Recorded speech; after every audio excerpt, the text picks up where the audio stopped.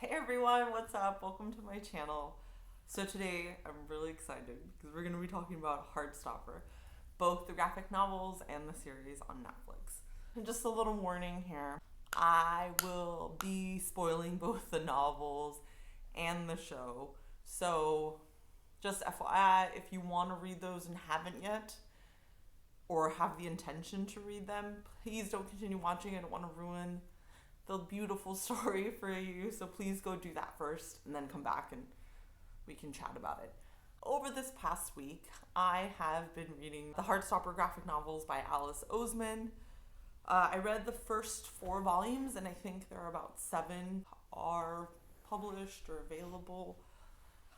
And let me just tell you, oh my god, they're so good. They made me feel so lovely. So I don't know if you can tell from the lighting in the room, but it's actually a yucky day outside. That's why I've got my With Refugees hoodie on. It's really cold, yucky, gray, like not good vibes, but I'm warm inside because those graphic novels were so great. And then I watched the show and it was just like, this is so beautiful. And it just made me happy and warm. So just before we get started talking about the graphic novels, I just wanted to let you know that there are some trigger warnings that the author includes because the at least the first 4 volumes discuss to some extent self-harm, disordered eating, biphobia, transphobia, and homophobia, and there are also homophobic slurs included, as well as bullying. Bullying is also there. So I just want to let you know that that's there so that if those are going to be triggers for you, you have a heads up and you take care where you need to. So moving on. These books are so lovely. If you can, please go check them out. So I was too impatient to wait. I actually read the stories on WEBTOONs, and I got them for free because Alice Oseman had posted back in 2020 the full set of volumes on there. So they're up there. The trigger warnings are included for each of the sections that do include the topics that I just mentioned. So really well done there. So you can read parts of it if you want and then skip the parts that might be triggering for you. I will include the link below because I was able to read them for free on WEBTOONs. So that's there. You can click on the link and it'll take you right to it. I think you just have to make an account and then they're absolutely free. There's nothing else that you have to sign up for or anything like that. I really felt that the way that Oseman writes about the different experiences these teens are having is just so thoughtful and made me feel really good about the fact that this is accessible now to teens and that they can refer to this book and feel safe or feel like, oh, I'm not the only one that's going through this.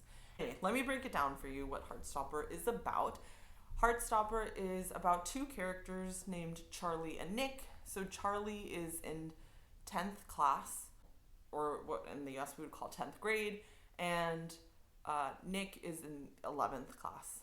And they both meet when they are put together. They're sat next to each other in form, which I think for us Americans would be something like homeroom. They have to sit next to each other there, and they meet each other, and their relationship sort of just blossoms from there. And so that's what the whole story of Heartstopper is about. It's the 2 of them getting to know each other, and it sort of goes through the development of their relationship. Amongst that dynamic, we also get to see Charlie's friends that include Elle, Tao, and in the graphic novels, Alid, but later I'll talk about this.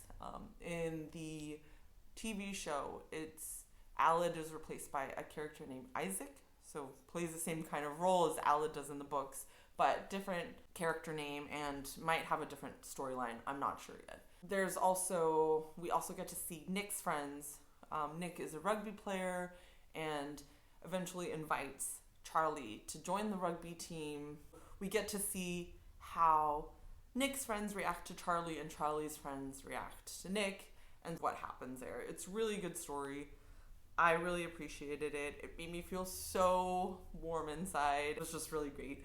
As you can tell, I'm really excited about this. So that's basically the story. I think, like I mentioned before, Oseman just does a really good job of creating that story and Visually, the graphic novels are stunning because you really almost feel like you're watching a movie when you're reading the graphic novels. So I really appreciated that. And then moving into the show, Oseman wrote the show. So you really see a really good translation from the novel to the show. Visually, it's fairly similar. You really get the sense that this story comes from a graphic novel. There are some little animation things that happen that are a really good tie-in to the graphic novel. So there are a few changes from the graphic novels to the show, and there are a few that stood out for me. So the first was that Ben, one of the characters that has a relationship with Charlie, he plays more of a bigger role in the show than he does in the books. So in the books, at one point, he sort of drops off as a character and he's not really relevant anymore. But in the show, he keeps popping back up. Another change is that in the show, Tao and Elle's relationship is more of a focal point than in the graphic novels. And just sort of the nuances of that relationship between Tao and Elle is developed in a different way than they are in the book. So I'm not sure if I like that yet or not, but we'll see. I think I still like their relationship and I think it's really sweet and all that, but it's just sort of a different way that they're exploring the relationship between Tao and Elle than they do in the book. Another thing is that there's this new character in the show called Imogen, and she plays sort of like a love interest or like a potential love interest for Nick.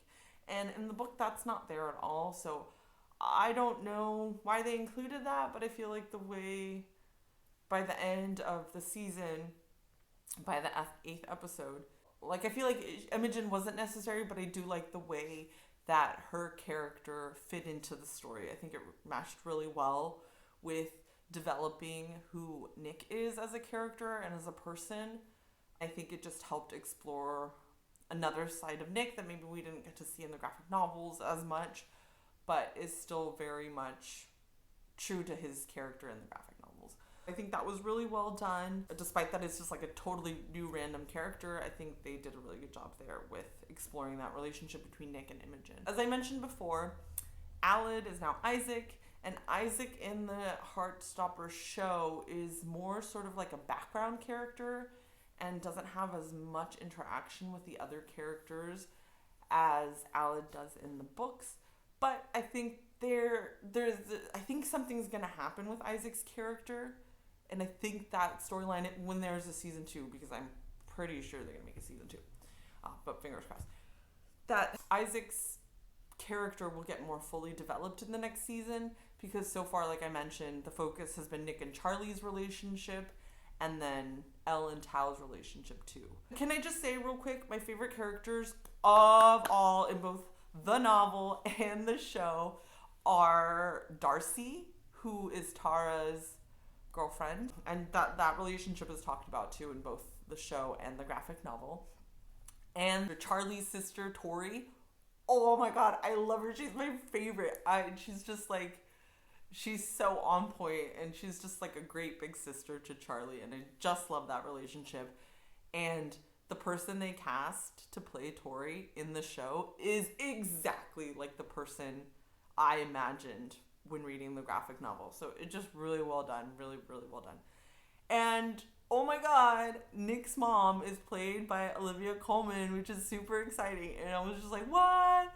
At first I was like, I don't know if that's her, because there's one scene where she's driving him and she's kind of blurred and you're like, I don't know if that's her, but totally is her. And it was super like great casting, because there's one scene at the very end of the season where Nick comes out to his mom, and like the acting between them, the chemistry, you really feel like Olivia Colman is Nick's mom. It's just precious. And like it made me tear up because it was just so touching the way they were just responding to each other. So I thought that was really beautiful, and I thought that was really excellent casting. If you can, go ahead and read the graphic novels first and then watch the show. because the graphic novels are so good and it's so sweet, and then you get to experience the whole story twice in like a really cool way. It's just beautiful. I can't wait till season 2 comes out, and then maybe I'll make another video, reacting to the next season. But it does such a good job. I don't know if I mentioned this already, but season 1 covers volumes 1 and 2 of the books, and I read up to volume 4, but I think online what's available is up to volume 7, and I'm not sure if there are more than that. Super great. I really enjoyed both experiences of reading the novel and watching the show, and I hope you will too. Take care and have a great day. Bye!